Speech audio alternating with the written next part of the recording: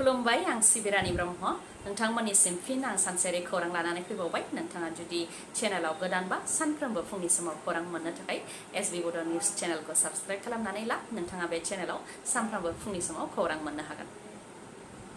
गोदान बेराम गुइलियान-बारे सिन्ड्रमनि गाग्लोबनायाव आसामाव सासे सुबुंनि जिउ खहा आरो बिथाङानो बे बेरामजों गाग्लोबनानै जिउ खोमानांनाय गिबिसिन जाबाय। 17 बोसोर बैसोनि आफिया जन्नात बिथाङा गोदान बेराम गुइलियान-बारे सिन्ड्रमनि गाग्लोबनायाव जिउ खोमानो गोनां जाबाय। बिथाङा गुवाहाटीनि थागिबिमोन। थांनाय 21 जानुवारिनिफ्रायनो गुवाहाटीनि प्रतीक्षा देहा फाहामसालियाव फाहामथाय होनाय जादोंमोन। गोबां फाहामनो नाजानायनि उनावबो बिथांनि देहाया गाज्रिनिफ्राय गाज्रिसिन जालांदों, जायनि जाहोनाव बिथाङा दा जोबथा हां लानो गोनां जाबाय। बे बेरामनि गाग्लोबनायाव इमिउनिटि सिस्टेमा एफेक्ट जायो, मोदोमा लोरबां जायो आरो बारा जायोब्ला पेरालाइसिस जायो। फोरमायथिनाय बायदिब्ला जिउ खोमानांनाय आफिया जन्नात बिथांनिया सिगाङाव गुजुनाय, मन'नायाव जेंना मोननाय जादोंमोन। बेनि उनावनो गाज्रि थासारि जानानै भेन्टिलेटराव दोननाय जादोंमोन, नाथाय गोबां फाहामसेयावबो बिथांखौ रैखा खालामनो हानाय जायाखै। मेडिकेल एक्सपार्टनि बायदिब्ला दै गाज्रि लोंनायनिफ्रायनो बेनि इनफेक्शना जायो। महाराष्ट्र दासिम गासै 130 सुबुंनि देहायाव बे गुइलियान-बारे सिन्ड्रमखौ मोननाय जाबाय, जायनि मादाव 4 जिउ खोमानो गोनां जाबाय। महाराष्ट्रनि पुनेयावनो बयनिख्रुइबो बांसिन सुबुंफोरनि देहायाव बे बेरामखौ मोननाय जादों होननानै रिपर्टआव मोननाय जादों। चालान थानायनि उनावबो आरो गासै लेखा बिलाइ थानायनि उनावबो डाम्पार गारिनिफ्राय UPPLआ आयेन बेरेखायै रां लानायनि अजद। गंसे डाम्पाराव 500 राङै लानायनि अजद होदों आरो रां होआब्ला फन हरनानै हुमखि होनायनिबो अजद होदों डाम्पार सालायग्राया। बाक्सायाव जादों बे जाथाया। डाम्पार सालायग्राफ्रा अजद होनाय बायदिब्ला बरिमाका फरेस्ट गेटआव UPPL दोलोनिफ्राय गंफा डाम्पाराव 500 राङै लायो, नाथाय जेबो रिसिप्टबो होआ। हाग्रा बिफाननिफ्राय जेबो हेंथा होआ, सालान नायनानै थांनो होयो, नाथाय UPPL दोलोनिफ्रायसो रां बियो आरो रां होआब्ला फन हरनानै हुमखि हरो होननानैबो फोरमायथिदों डाम्पार सालायग्राफोरा। आरो फोरमायथिबावदोंदि सिगांनि समनिफ्रायनो रां होबोदों, माब्ला आरो बेसेबां रां होनाय बेफोर गासैनिबो फोरमान दंजोबो होननानैबो फोरमायथिबावो डाम्पार सालायग्राया। रांखान्थि बोसोर 2025-26 नि बाजेटखौ मैया थिसनबाय। रांखान्थि मन्थ्रि निर्मला सीतारामन बिथाङा मैयानि सानाव 2025-26 नि बाजेटखौ थिसनबाय, जेराव मिडल क्लास अदेबानि गेजेर थाखोनि सुबुंफोरनि थाखाय गोजोनथाव थांखि लानायखौ नुनो मोननाय जादों। इनकाम टेक्सनि बेलायाव माखासे रेहाय होनायखौ नुनो मोननाय जादों। निउ टेक्स रेजिमेआव जायफोरनि इनकामआ बोसोराव 12 लाखसिम बिथांमोनहा टेक्स होनो गोनां जानाय नङा आरो साख्रि मावनायफोरनिया जायफोरनिया बोसोराव 12,75,000 रां बिथांमोनहाबो टेक्स होनो गोनां जानाय नङा, मानोना 75,000 रांखौ स्टेन्डार्ड डिडक्शन हिसाबै मोनखायो। गोदान टेक्स स्लेबनि बायदिब्ला जायफोरनि इनकामआ बोसोराव 4 लाखसिम बिथांमोननि टेक्स रेटआ निल, 4 लाखनिफ्राय 8 लाखसिमनिया 5%, 8 लाखनिफ्राय 12 लाखसिमनिया 10%, 12 लाखनिफ्राय 6 लाखसिमनिया 15%, 6 लाखनिफ्राय 20 लाखसिमनिया 20%, 20निफ्राय 24 लाखसिमनिया 25%, 24 लाखनिफ्राय गोजौनिया 30%। नाथाय गोदान टेक्स स्लेबनि बायदिब्ला 12 लाखसिम 60,000 टेक्स होनो नांगौमोन, बेखौ होनो गोनां जानाय नंलिया। सेक्सन 87A नि सिङाव बेखौ रेहाय होनाय जागोन। बेनि अनगायैबो माखासे मुवा बेसादनि बेसेना बांगोन आरो माखासे मुवा बेसादनि बेसेना खम जागोन। खम जानायनि बेलायाव माखासे मुलिनि बेसेना खम जागोन। केन्सार आरो माखासे बेरामनि मुलि गासै मोन 36 मुलिफोरनि बेसिक कास्टम डिउटिखौ गैया खालामनाय जाबाय, जायनि थाखाय बेफोर मुलिनि बेसेना खम जागोन।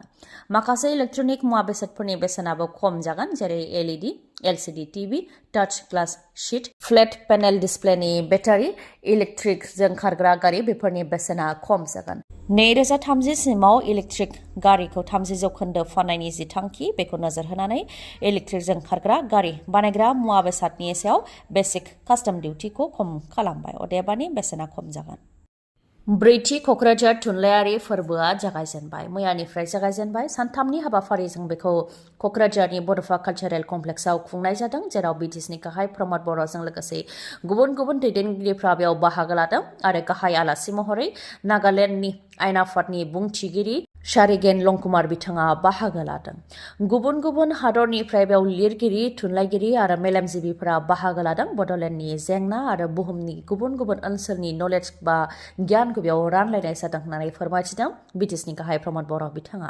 लोगोसेनो बे हाबाफारिखौ खुंनायाव जाफुंसार जानो हादों मानोना नर्थ इस्टजों लोगोसे भारतनि गुबुन गुबुन रावफोर जाय रेकगनाइज खालामजायाखै बेफोरो बेयाव जायगा मोननो हादों होननानै फोरमायथिदों।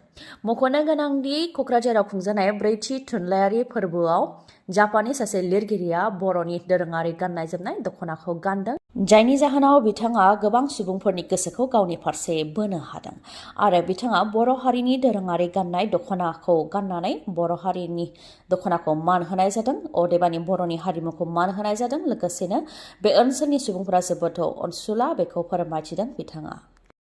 उदालगुरि जिल्लानि जिंगाबिल ओनसोलनि रायजो राजाफ्रा सोरखारजों नायसनजायैखौ लानानै दुखु मोननाय फोरमायथिदों। पासनाय दैमा, पाग्ला दैमा आरो सानबान्दा दैमा गेदेर गेदेर दैमा दं। दैज्लां फैयोब्ला दैबाना जानायनि जाहोनाव गोबां जेंनाजों मोगा मोगि जानो गोनां जायो होननानै फोरमायथिदों रायजो राजाफ्रा। दालां लामा सामा गैयिनि थाखाय गोबां जेंनाजों मोगा मोगि जानो गोनां जायो। दैज्लां फैयोब्ला दै देरनायनि थाखाय 6 दान फरायसाफोरा फरायसालियाव थांनो हाया होननानै फोरमायथिदों। दालां गैयिनि थाखाय दै बारनानैसो फरायसालियाव थांनो गोनां जायो, जेराव गस्ला, लंपेन्ट, साइकेल बायदिफ्रा दैजों सिजोबनो गोनां जायो होननानै फोरमायथिदों। बेनि अनगायैबो बे ओनसोलाव जावलिया सेन्टाराव गंसेल' एमइ स्कुल दं। बे फरायसालियाबो भेन्सार फरायसालिसो।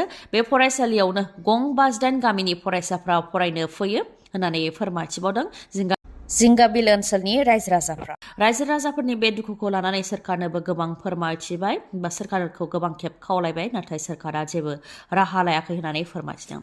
सिगांनि समाव गेदेर दैबाना जानायाव जेराव 4 गामियानो गोजावलांजोबदोंमोन, दाउ, अमा, बोरमा, मोसौ गासैबो गोजावलांजोबदोंमोन। बै समाव MLA गबिन्द बसुमतारी बिथाङा फैनानै नुजाथिफैदोंमोन, नाथाय बियो मिथिंगानि जाथायसो, बेखौ सोरखारा होबथानो हाया आरो सोरखारनाव बिदि बाजेटबो गैया होननानै बुंथिलांदों, जाय दुखुनांथाव होननानै फोरमायथियो जिंगाबिल ओनसोलनि रायजो राजाफ्रा। आमेरिकायाव फिन फ्लाइट क्रेश जादों, जायजों दुखुनांथावै 7 सुबुङा जिउ खोमानो गोनां जादों। गंसे फिसा मेडिकेल ट्रेन्सपर्ट प्लेनमोन, जाय क्रेश जानानै बे दुखुनांथाव जाथाया जानो मोन्दों। US नि शहर फिलाडेल्फियायाव जादों बे दुखुनांथाव जाथाया। गोलाव सम सासे उन्दै गथ'साया देहा फाहामसालियाव फाहामथाय लानानै हामखांनायनि उनाव न' फारसे गिदिंबोफिनदोंमोन। बे समावनो बे दुखुनांथाव जाथाया जादों। टेक अफ खालामनायनि दसे उनावनो माबा मोनसे जेंना जानानै फ्लाइटआ हायाव गोग्लैदों, जायजों बे जाथाया जादों। लोगोसेनो जायनाखि फ्लाइटआ सुबुंफोर थानाय जायगायाव गोग्लैदों, बेनिखायनो हायाव थानाय 19 सुबुंफोराबो जोखोम जानो गोनां जादों। जिउ खोमानांनाय 6 मादाव बिमा, फिसा, डक्टरनि स्टाफ आरो पाइलट गासै 6 आरो बिथांमोन गासैबो मेक्सिक'नि थागिबिमोन। नोंथांनि मेगनाव जेंना जादों नामा? जुदि जेंना जादोंब्ला आरो नोंथाङा मेगननि मोजां डक्टर नागिरदोंब्ला नोंथांनि थाखाय मोजां खौरां। बङाइगावनि आइ हस्पिटालाव फैगोन सिनियर आइ स्पेशलिस्ट डक्टर प्रबिन बसुमतारी। बिथाङा एम्स निउ दिल्लीनि बारग' SR, RPC आरो दिल्ली GNCTनि बारग' आइ कनसालटेन्ट।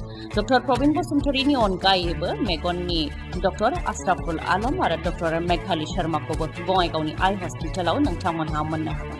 लोगोसेनो कम्पिउटार पेक'नि गेजेरजों केटारेक्ट सार्जारि खालामनो हागोन, जेराव जेबो सानाय गैयालासे, सुथेनाय गैयालासे आरो गोख्रैनो गाहामाव फैफिननायखौ नोंथांमोनहा मोननो हागोन। आबुं थङा जाहैबाय बङाइगाव लवार आसाम हस्पिटालनि उल्था दिगाव बास स्टेन्डनि साखाथियाव। फुंनि 10 रिंगानिफ्राय मोनाबिलि 7 रिंगासिम मेगननि डक्टरखौ मोननो हागोन बे बङाइगावनि आइ हस्पिटालाव। माबाफोर सुलुं लानो गोसो दंबावोबा नोंथांमोनहा 6900949900 बे नाम्बाराव खौरां लाहरनो हागोन। गोजोन्थों। खौरांखौ जोबजासे नायनायनि थाखाय गोजोन्थों। नोंथाङा जुदि खौरांखौ मोजां मोनदोंबा अननानै लाइक, कमेन्ट आरो शेयार खालामनो दाबाव। गोजोन्थों।